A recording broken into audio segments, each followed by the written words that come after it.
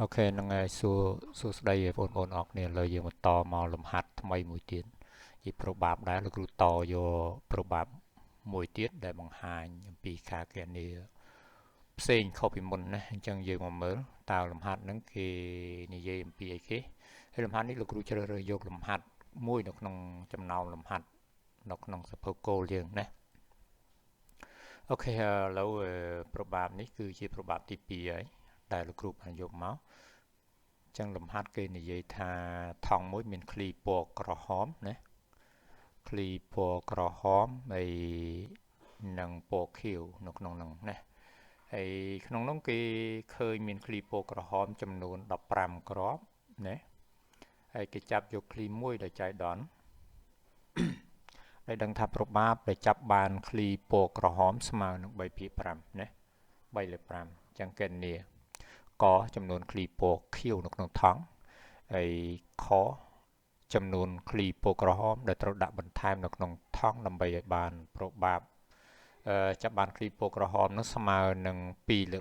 3នេះជាប្រធានអូខេមុនបន្តទៅដោះស្រាយបញ្ហាទាំងអស់ហ្នឹងសូមបងប្អូនជួយ like follow និង subscribe ណាអរគុណហើយយើងបន្តមកចម្លើយបាទចម្លើយទី1គេសួររកចំនួនឃ្លីពណ៌ខៀវអញ្ចឹងយើងធ្វើម៉េច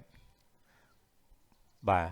ឡូវលោកគ្រូតាំងបាទពេលខហ្នឹងគឺមានតែប្រូបាបនៃឃ្លីពណ៌ខៀវណាហើយ x ហ្នឹងគឺជាចំនួនឃ្លីពណ៌ខៀវយើងតាំងហើយហើយអឺតាំងមួយទៀតគឺពេលក្រហ្នឹងមានថាប្រូបាបពណ៌ក្រហមណាប្រូបាបនៃឃ្លីពណ៌ក្រហមណាឬក៏ចាប់បានឃ្លីពណ៌ក្រហមយ៉ាងទៅអញ្ចឹងក្នុងគោលការណ៍ផងយើងកាលណាមានឃ្លីពណ៌ក្រហមពណ៌ខៀវតែពីរពណ៌ឬក៏ប្រមាណពណ៌ក៏ដោយជាប្រូបាបបំពេញគ្នាបើគេប្រាប់ប្រូបាបមួយយើងអាចទាញរកប្រូបាបមួយទៀតគេហៅថាប្រូបាបបំពេញគ្នាណាអានេះណានេះតើណាអញ្ចឹងលោកគ្រូសេចេះទៅនេះពេលខៀវណាបូកពេលក្រហមអញ្ចឹងប្រូបាបបំពេញគ្នាហ្នឹងណាប្រូបាបបំពេញគ្នាជាទូទៅស្មើ1ណាស្មើ1អានេះគេហៅថាបំពេញគ្នាប្រូបាបបំពេញគ្នាបាទពិបាកផ្សេងតិចឡើយនេះប្រូបាបបំពេញណា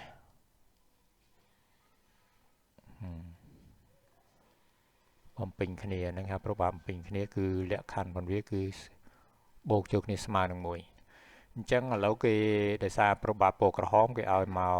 3លើ5អញ្ចឹងយើងអាចទៅរកប្រូបាបពណ៌ខៀវបានអញ្ចឹងយើងមើលទៅតាមការទាញនេះយើងឃើញប្រូបាបពណ៌ខៀវគឺស្មើ1ដកប្រូបាបពណ៌ក្រហមណាអញ្ចឹងយើងឃើញដោយសារពណ៌ក្រហមប៉ុណ្ណេះអញ្ចឹងខ្ញុំមិនបាច់នេះទេយើងគ្រាន់បន់មកប្រូបាបពណ៌ខៀវទុកដដែលបោះក្រហមមកខាងនេះមកយើងអាចជំនួសចូលណាអញ្ចឹងយើងឃើញថាប្រូបាបពណ៌ខៀវស្មើនឹង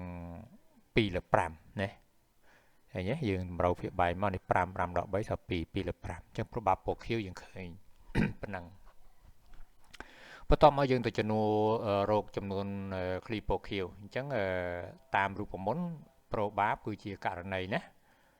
ឡូវលោកគ្រូដាក់រូបមន្តប្រូបាបគឺស្មើនឹងករណីស្របណាករណីស្របបាទលើអាចណាលើករណីអាចអញ្ចឹងនេះគឺជាទ្រឹស្ដីរបស់ប្រូបាបយើងណាអញ្ចឹងករណីស្របលើករណីអាចអញ្ចឹងយើងមកមើលតើគេដាក់យ៉ាងម៉េចអញ្ចឹងនាំឲ្យប្រូបាបពណ៌ខៀវគឺស្មើនឹង x ណានេះស្មើនឹង x ដែល x នេះយើងតាំងឲ្យជាចំនួនឃ្លីពណ៌ខៀវករណីស្របគឺជាចំនួន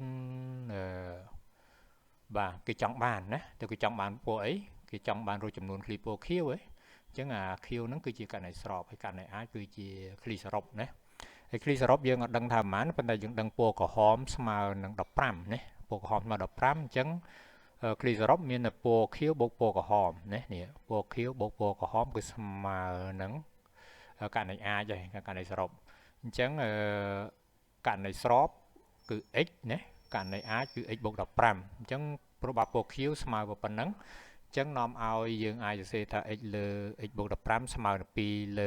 លើ5ដោយសារ2លើ5ជាប្រូបាបអញ្ចឹងចំនួនចូលប្រូបាបពណ៌ខៀវ2លើ5ចំនួនចូលប៉ុណ្ណឹងណាអញ្ចឹងយើងគុណខ្វែងគ្នាទៅយើងនឹងឃើញបាន 5x ស្មើនឹង2កតា x បូក15ណាអ chẳng bắt đầu một tiết dương nâng tiền rùa x nhé chẳng khởi như bỏ 2x bột 30 lại nữa 2x bột 30 chẳng từng tiền rùa x mất mà đọc chẳng cái lại nhưng bỏ cắt đấy lại ní nòm ao cho tớ và bây giờ xế nè 2x nhé mà ở sầm tốt 5x lại này 5x và 5x lại chụp lại 5x bình này 5x mà nắng 2x nè 2x บวก30เนี่ยอะไรเนี่ยចឹងយើងបោះ 2x មកនេះឃើញសល់ 3x ណា 3x ស្មើ30ចឹងនាំ x ស្មើ10ចឹងកន្លែងនេះគឺជាចំនួន clipo q ចឹងយើងប្រាប់គេថាដូចនេះចំនួន clipo q គឺស្មើ10គ្រាប់នេះជាចំនួន clipo q សំណួរកហើយសំណួរខគេសួររកអីយើងបន្តទៅទៀតអូខេខចំនួន clipo ក្រហមដែលត្រូវដាក់បន្ថែមនៅក្នុងថង់ហ្នឹងគេសួររក clipo ក្រហមដែលត្រូវដាក់ថែមណាចឹងយើងមើលចឹងកន្លែងនេះដើម្បីរកបានទី1យើងត្រូវតាំងវាតាំងអាក្រហមដែលត្រូវដាក់ថែមហ្នឹងឯងតាំង y ណាខ្ញុំតាំង y ជាចំនួន clip ពណ៌ក្រហមត្រូវដាក់បន្ថែមណាអញ្ចឹងបន្ទាប់មកជាងចំនួន clip ពណ៌ក្រហមសរុបប្រមាណក្រហមលើកមុន15แล้วបូកថែម y ទៀតវាឡើង15បូក y ណាក្រហមសរុបណាអញ្ចឹងយើងបានក្រហមសរុបចុះ clip សរុប clip សរុបនោះ clip សរុបនៅក្នុងថង់ណា clipសរុបបាទក្នុងថង់បាទទាំងក្រហមទាំងខៀវណាក្នុងថង់គឺប្រហែលបាទក្នុងថង់ដោយសារ cli q យើងមាន10ណាជាង10ណាបូកឲ្យ15បូក y ណាបូក y ទៀតដោយសារ y យើងត្រូវដាក់ថែមនោះចឹង cli សរុបទាំងអស់គឺ25បូក y ណាហេតុអីបានយើងទៅរកអាហ្នឹងគឺជាករណីអាចដែលក្នុងលក្ខខណ្ឌដែលយើងបន្ថែម y ចូលណាអូខេឥឡូវយើងឃើញបានប៉ុណ្ណឹងបន្ទាប់មកយើងធ្វើមិនអញ្ចឹងគេប្រាប់ថាប្របាពណ៌ក្រហមស្មើ2លើ3អញ្ចឹងប្របាពណ៌ក្រហមគឺករណីស្របលើករណីអាចករណីស្របមានថាពណ៌ក្រហមហ្នឹងនេះគឺចំនួន clip ពណ៌ក្រហមមានថាប្របាពណ៌ក្រហមគឺស្មើចំនួន clip ពណ៌ក្រហមចែកឲ្យ clip សរុបនេះ clip ពណ៌ក្រហមប៉ុណ្ណឹងណា clip ពណ៌ក្រហមប៉ុណ្ណេះហើយ clip សរុបប៉ុណ្ណេះអញ្ចឹងមានថាប្របាពណ៌ក្រហមគឺស្មើចំនួន clip ពណ៌ក្រហមចែកនឹង clip សរុបអញ្ចឹងនាំឲ្យបានប៉ុន្មានចឹងនាំឲ្យយើងគុណខ្វែងគ្នាទៅយើងឃើញ3កតា15បូក y 2កតា25បូក y ចឹងនាំឲ្យឃើញ45បូក 3y ស្មើនឹង50បូក 2y ចឹងនាំឲ្យ y ស្មើ5នេះគឺជាឃ្លីក្រហមដែលត្រូវដាក់ថែមណាចឹងដូចនេះចំនួនឃ្លីក្រហមត្រូវបន្ថែមគឺចំនួន5គ្រាប់អូខេខ្ញុំជឿជាក់ថាបងប្អូនបើតាមដានគឺយល់ណាហើយយល់ច្រើនហើយយើងនឹងបន្តនៅប្របាបដដែលដែលមានទម្រង់ផ្សេងមួយទៀតសង្ឃឹមថាបងប្អូនអាចតាមដាននៅវីដេអូបន្ទាប់ណាខ្ញុំលោកគ្រូនឹងដាក់បញ្ចូលនៅបាទថ្ងៃបន្តទៀតអរគុណច្រើនហើយយើងជួបគ្នានៅវីដេអូក្រោយ